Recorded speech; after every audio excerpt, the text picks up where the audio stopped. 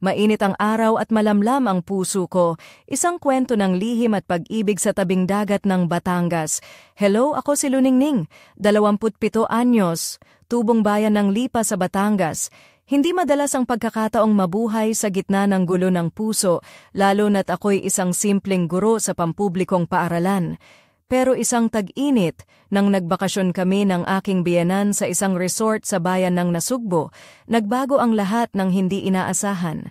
Naaalala ko pa ng malinaw, ang init ng araw ay parang sumisirit sa balat habang ako'y nakatayo sa bintana ng maliit naming apartment sa Lipa. Wala nang ibang kasama kundi ang katahimikan ng bahay. Pumunta si Inay Mila, ang aking biyenan, ng 2 linggo bago iyon para samahan ng kanyang kaibigan sa isang bakasyon sa Nasugbo, malapit sa dagat. Nasa trabaho si Tito Rico sa Maynila, kaya ako lang ang naiwan kasama si Bunso sa bahay. Hindi madali ang mga araw na iyon, kasi parang lumipas ang oras ng mabagal at ang bawat sulok ng bahay ay nagmistulang malaki at malungkot. Ngunit isang gabi, tumawag si Inay Mila sa akin ng may sigla at iminungkahi niyang samahan siya sa Nasugbo. "Luning, tara na. Malapit lang to sa dagat at may magandang kwarto kami," sabi niya. Sa una, nag-alinlangan ako, pero sa huli, pumayag ako. Ang munting trip na iyon ay naging simula ng isang hindi inaasahang kwento. Isang kwento na nagdulot ng kakaibang damdamin ng mga lihim na naglalambing sa ilalim ng araw at buwan ng Nasugbo. Ngunit bago ang lahat ng iyon, hayaan niyong ikwento ko muna kung paano nagsimula ang lahat. Pagdating ng araw ng paglalakbay, ramdam ko ang halo-halong kaba at pag-asa habang nilalakad ko ang peron ng Batangas South Terminal. May dala akong maliit na bag na puno ng mga damit pang bakasyon at ilang gamit na pang araw-araw. Dumating si Inay Mila na nakasarong na may mga bulaklak na disenyo, suot ang kanyang simpleng tsinelas at may salaming pang araw-araw na nakaipit sa kanyang buhok na tila ba handang-handa na para sa isang masayang bakasyon. "Luning, halika na. Mag-umpisa na tayo ng adventure." Masigla niyang bati sa akin. Napangiti ako kahit na may bahid ng pag-aalinlangan sa dibdib. Ang biyahe patungong Nasugbo ay hindi ganoon kahaba, mga 3 oras lang mula Lipa, pero sa loob ng bus, ramdam ko na parang iba ang simoy ng hangin. Hindi lang dahil sa malamig na aircon, kundi dahil sa kakaibang enerhiya sa paligid. Habang papalapit kami sa resort, napansin ko ang mga punong niyog, mabuhanging kalsada, at ang mahinahong alon ng dagat na sumasalubong sa amin. Ang resort na tinawag nilang Pangarap ng Baybayin ay isang lumang gusali na may mga puting haligi sa harapan at mga mural ng mga isda at alon sa mga pader. Sa loob, amoy alat ng dagat at chlorinated pool ang bumalot sa paligid. Inilagay namin ang aming mga gamit sa kwarto, simpleng kwarto na may 2 kama, isang maliit na aparador at isang balkonahe kung saan tanaw ang bughaw na dagat. Ang liwanag ng araw ay dumadaloy sa bintana, nagpapahiwatig ng mga araw na puno ng pag-asa at panibagong simula. Sa gabing iyon, habang nilalakad namin ang tabing dagat, naramdaman ko ang kakaibang init sa pagitan namin ni Inay Mila. Hindi lamang init ng araw, kundi ng mga damdaming hindi ko inaasahang maramdaman. Hindi ko pa alam noon na ang bakasyong ito ay magiging simula ng isang kwento ng pagkakaibigan, pag-aalinlangan, at mga lihim na magpapabago sa takbo ng aking buhay. Ngunit bago pa man iyon, kailangan ko munang ilahad kung paano kami nagkaroon ng pagkakataong magsama sa ganitong lugar na tila ba isang paraiso na may mga aninong bumabalot dito. Bago kami umalis ng Lipa, nagkaroon kami ng mahabang usapan ni Inay Mila sa bahay. Alam kong may mga pinagdadaanan siya, mga bagay na hindi niya masyadong gustong ipakita sa akin, pero ramdam ko sa kanyang mga mata ang bigat ng mga araw na nilalakad niya ng mag-isa. Siya'y isang byuda na matagal nang nag-iisa, at sa kabila ng kanyang edad, palaging masigla at maasikaso sa akin at sa pamilya namin. Nang una niyang iminungkahi ang bakasyon, sinabi niyang sana'y makalimutan ko muna ang lahat ng problema sa trabaho at sa buhay. "Minsan anak, kailangan nating huminga ng malalim at maramdaman ang hangin ng dagat para muling magkaroon ng lakas," sabi niya. Hindi ako agad pumayag, may mga takot ako sa mga pagbabago at sa mga bagong tao na maaaring makilala ko doon. Pero sa huli, naisip ko na baka ito nga ang pagkakataon na matuto akong magpahinga at maramdaman ang iba pang bahagi ng buhay na matagal ko nang hindi nararanasan. kaya't nagpasya akong sumama sa kanya, iniwan ang mga alalahanin sa likod at umasa sa mga bagong karanasan na naghihintay sa amin sa Nasugbo. Habang papalapit ang araw ng pag-alis, napansin kong unti-unting nagiging mas bukas si Inay Mila. Nagkwento siya tungkol sa kanyang kabataan, sa mga pangarap na hindi niya natupad at sa mga alaala ng kaniyang yumaong asawa. Napuno ng emosyon ang kanyang mga salita at ako'y nakikinig ng taimtim na para bang sinasabi niya sa akin ang mga lihim ng kanyang puso. Ito ang mga sandaling nagpatibay ng aming samahan, isang bagong uri ng pagkakaibigan na hindi ko inakala na mararanasan ko sa buhay. Ngunit, hindi pa namin alam na sa likod ng mga ngiti at kwentuhan, may mga bagay na unti-unting bubukas, mga damdaming maglalagay sa amin sa isang hindi inaasahang landas. Kaya habang kami naglalakbay patungong Nasugbo, dala ko ang pag-asa at takot sa mga pagbabago na naghihintay. Pagdating namin sa resort, agad naming sinubukan ang mga simpleng saya ng buhay sa tabing dagat. Umaga kami nagising sa tunog ng mga ibon at alon, habang si Inay Mila ay nagluto ng simpleng almusal, tinapay, itlog at kape na may gatas. Ang hangin ay malamig pa, ngunit ang araw ay unti-unting sumisikat, nagdadala ng liwanag sa aming maliit na mundo. Sa unang araw naglakad kami sa baybayin, nag-usap ng malalim tungkol sa buhay, mga pangarap at mga pagsubok. Hindi ko maiwasang mapansin kung paano nagbabago si Inay Mila. Ang kanyang mga mata ay mas kumikinang, ang kanyang mga ngiti ay mas totoo kaysa dati. May kakaibang saya sa kanyang mga kilos na para bang natagpuan niya muli ang isang bahagi ng kanyang sarili na matagal nang nawala. Habang kami naglalakad, napansin ko ang mga batang naglalaro sa buhanginan, ang mga mangingisdang nag-aayos ng lambat at ang mga tindera na nag-aalok ng mga sariwang prutas at merienda. Ang lugar ay puno ng buhay, ngunit may kakaibang katahimikan na nagtatanim ng kapayapaan sa aking puso. Ngunit hindi lahat ay payapa. Sa bawat ngiti ni Inay Mila, may mga sandaling tila ba may pinipigil siyang damdamin, mga tanong na hindi niya masagot, mga alaala na patuloy na bumabalik. Sa gabing iyon, habang nakaupo kami sa balkonahe ng aming kwarto, tinanong ko siya ng diretsyo, "Inay, ano ba ang tinatago mo? Bakit parang may malalim kang iniisip?" Napailing siya at sa kanyang mga mata ay may bahid ng lungkot. "Luning, minsan ang buhay ay puno ng mga bagay na hindi natin kayang ipaliwanag," sagot niya, habang pinagmamasdan ang malawak na dagat na tila walang katapusan. "Pero nandito ako ngayon at gusto kong maramdaman ang bawat sandali kasama ka. Nararamdaman ko na ang bakasyong ito ay hindi lamang tungkol sa pagtakas sa araw-araw na buhay, kundi isang pagkakataon para harapin ang mga bagay na matagal na naming iniiwasan." At sa gabing iyon, habang ang hangin ay dahan-dahang humahaplos sa amin, naramdaman ko na ang simula ng isang kwento na magbabago sa amin nang hindi namin inaasahan. Sa mga sumunod na araw, unti-unting lumalim ang samahan namin ni Inay Mila sa resort. Araw-araw kaming nagbabahagi ng mga kwento, mga alaala ng kabataan, mga pangarap na hindi natupad at mga pangyayaring nagbigay hugis sa aming buhay. Sa bawat ngiti at tawa, may mga sandaling tahimik kami, pinagmamasdan ang dagat na tila ba nagkukuwento rin sa amin ng kanyang mga lihim. Isang hapon, habang nakaupo kami sa baybayin, may dala siyang isang lumang libro na puno ng mga tula at kwento. Binasa niya ito sa akin ng may malumanay na tinig na para bang bawat salita ay may dalang himig ng pag-asa at paggunita. Napatingin ako sa kanya at sa unang pagkakataon, nakita ko ang isang babaeng may malalim na sugat sa puso ngunit matatag pa rin sa pagharap sa buhay. Habang papalalim ang gabi, bumalik kami sa aming kwarto. Napansin kong mas naging maingat siya sa kanyang mga kilos. Ang mga titig niya ay mas matagal. Ang mga haplos niya sa buhok ko ay mas malumanay. Nagkaroon ng mga sandaling tahimik kami, na puno ng mga damdaming hindi namin kayang ipaliwanag sa salita. Isang gabi, habang nakaupo kami sa balkonahe, umalingaw-ngaw ang musika mula sa isang malapit na restauran. Dahan-dahan kaming nagsayaw, tila walang ibang tao sa paligid kundi kami lang. Sa bawat ikot at haplos, naramdaman ko ang isang kakaibang koneksyon, isang damdaming matagal ko nang hindi naramdaman. Ngunit sa kabila ng saya, naroon ang isang panibagong alon ng pagdududa. Naiisip ko kung tama ba ang mga nangyayari, kung ano ang magiging epekto nito sa amin, sa aming mga pamilya, at sa aming mga puso. Ngunit sa sandaling iyon, sa ilalim ng mga bituin at sa himig ng musika, pinili kong sundin ang damdamin na kumikilos sa akin, kahit pa ito'y puno ng mga panganib at hindi inaasahang mga bunga. Hindi ko inakala na ang isang simpleng bakasyon kasama si Inay Mila ay magdudulot ng ganito kalalim na pagbabago sa aking puso.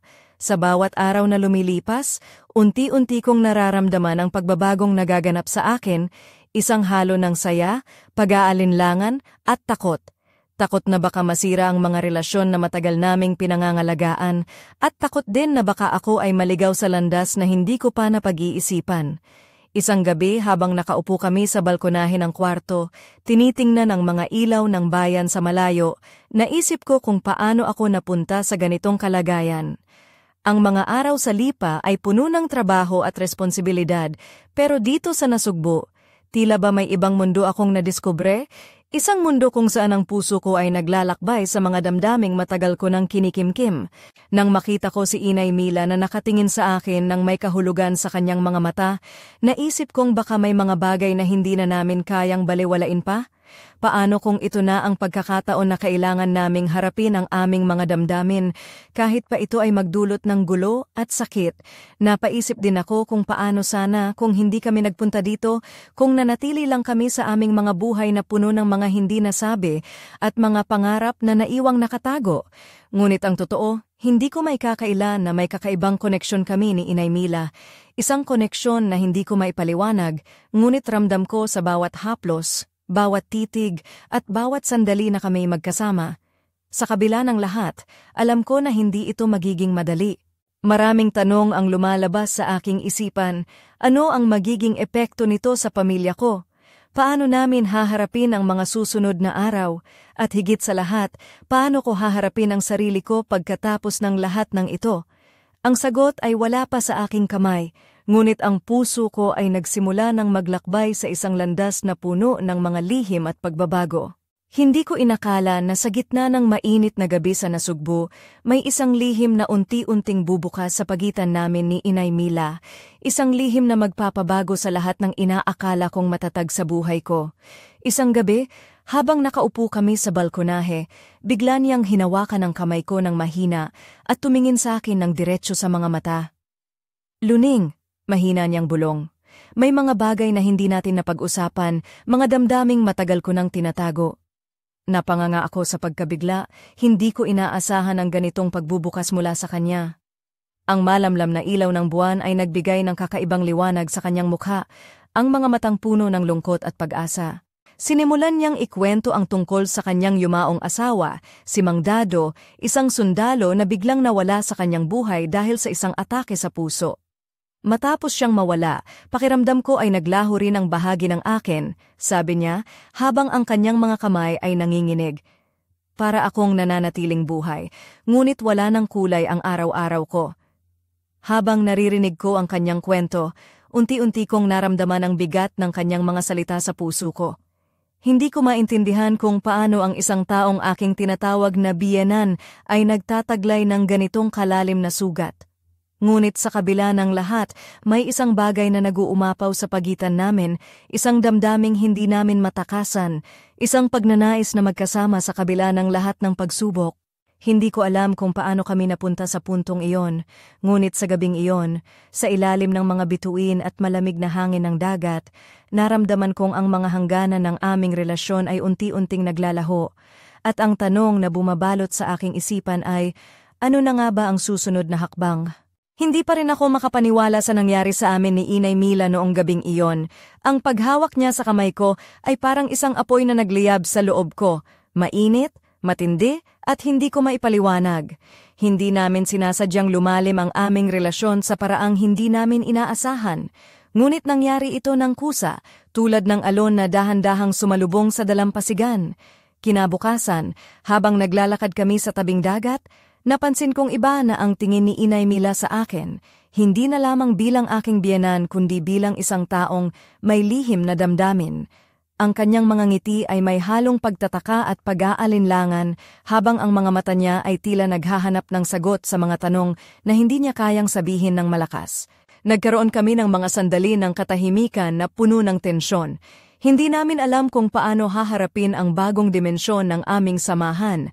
Sa isang banda, nararamdaman namin ang saya ng pagkakaintindihan, ngunit sa kabilang banda, ramdam din namin ang bigat ng mga panlipunang inaasahan at mga limitasyon ng aming mga papel sa pamilya. Isang hapon, habang nagpapahinga kami sa ilalim ng lilim ng isang niyog, biglang sinabi ni Inay Mila, "Luning, alam kong hindi ito madali, pero nararamdaman ko na may bago tayong kinabukasan, isang bagay na kailangan nating tuklasin ng magkasama." Napatingin ako sa kanya ng matagal, hindi sigurado kung handa ba akong tanggapin ang lahat ng ito. Sa mga sandaling iyon, parang bumilis ang tibok ng puso ko. Alam kong hindi na namin maibabalik pa ang dati naming relasyon. May mga damdamin na nakabaon na at ngayon ay unti-unting sumusulpot sa liwanag. Ngunit ang tanong pa rin ay nananatili, paano namin haharapin ang lahat ng ito nang hindi nasasaktan ang mga taong mahal namin? Habang lumalala ang init ng araw sa Nasugbo, ramdam ko rin ang lumalalim na tensyon sa pagitan namin ni Inay Mila. Parang bawat sandali ay sumisiklab ang apoy na hindi namin matakasan, isang apoy na naglalagablab sa puso, sa isipan, at sa bawat pagtingin na nagiging mas matagal at mas malalim kaysa dati. Ang mga araw ay tila naging isang pelikula na puno ng mga eksenang hindi ko inaasahan, ang mga hawak kamay na nagiging mahigpit, ang mga ngiti na may dalang lihim, at ang mga titig na nagsasalita ng mga salitang hindi kayang ipahayag. Sa bawat hakbang namin sa tabing dagat, sa bawat haplos ng hangin, nararamdaman kong unti-unting nagiging mahirap ang lahat. Isang gabi, habang nakaupo kami sa balkonahe ng kwarto, ang paligid ay napuno ng katahimikan maliban sa mahinang alon ng dagat. Tumingin si Inay Mila sa akin ng may halong pag-aalinlangan at tapang. "Luning, hindi ko alam kung ano ang kahihinatnan nito, pero hindi ko na kaya pang itago ang nararamdaman ko. Hindi ko inaasahan ito pero nandito na tayo ngayon." Hindi ako makapaniwala sa mga salitang iyon. Habang pinagmamasdan ko ang kanyang mukha sa liwanag ng buwan, nakita ko ang kahinaan, ang pag-asa, at ang katapangan na nakapaloob sa kanya. Sa isang iglap, naisip ko na parang isang bagyong dumaan at binago ang takbo ng aming buhay. Isang bagyo na hindi namin pinili, pero kailangang harapin. Ang mga salitang iyon ay naging simula ng isang bagong isang yugto na puno ng mga pagsubok, mga pangarap na muling bubuo, at mga desisyong kailangang gawin ng may tapang at katapatan. Ngunit sa kabila ng lahat, naroon ang isang matinding pangako, isang pangakong hindi kami nag-iisa sa paglalakbay na ito, kahit na gaano man kahirap ang daraanan. Ang araw ng aming pag-uwi mula sa Nasugbo ay puno ng bigat na hindi ko maipaliwanag. Sa loob ng bus na bumabalik sa Lipa, tahimik kami ni Inay Mila. Ang mga salitang hindi nasabi ay bumabalot sa aming mga puso na parang makapal na ulap bago ang bagyo. Alam naming pareho na ang lahat ng nangyari ay nagbukas ng pintuan na hindi na namin kayang isara. Pagdating namin sa aming tahanan, bumalik sa dati ang mga mukha, ang mga ngiti ng mga miyembro ng pamilya, ngunit sa loob ko'y may mga sugat at lihim na hindi ko maipakita sa kanila. Nakita ko si Bunso na masayang naglalaro, si Tito Rico na abala sa trabaho, at si Inay Mila na bumalik sa kanyang mga dating gawain, ngunit hindi na kami pareho. Iba na ang aming mga mata, ibang mga puso ang naglalakbay. Isang linggo matapos ang aming pagbalik, dumating si Inay Mila sa amin dala ang kanyang paboritong bibingka at sabay kaming naghapunan. Sa gitna ng kwentuhan, may mga sandaling tila ba may gustong sabihin si Inay Mila, ngunit pinili niyang manahimik. Nang kami mag-isa na lang, lumapit siya sa akin at mahina ang boses na sinabi, "Luning, hindi ito mauulit, pero salamat sa pag-unawa." Ang mga salitang iyon ay umalingaw-ngaw sa isipan ko, puno ng pagdadalamhati at pag-asa. Alam kong may mga sugat na kailangang pagalingin at may mga kwento na kailangang tapusin ng maayos. Ngunit higit sa lahat, naintindihan ko ang isang bagay, ang buhay ay puno ng mga komplikasyon, mga lihim, at mga pagkakataong nagtuturo sa atin na maging matatag at magpatawad. Ngayon, habang nakatingin ako kay Bunso na naglalaro sa sala at si Tito Rico na nakangiti sa kusina, ramdam ko ang kapayapaan na matagal ko nang hinahanap. Ang kwento ng aming tag-init sa Nasugbo ay mananatiling isang lihim na bahagi ng aming buhay, isang lihim na nagbigay sa akin ng lakas upang pahalagahan ang tunay na kahulugan ng pamilya, pagmamahal at pag-asa. At sa bawat pagdampi ng hangin sa aming tahanan, naaalala ko ang dagat, ang araw, at ang mga lihim na naglalakbay sa pagitan ng mga alon, naghihintay ng susunod na kabanata na puno ng bagong pag-asa at mga pangarap.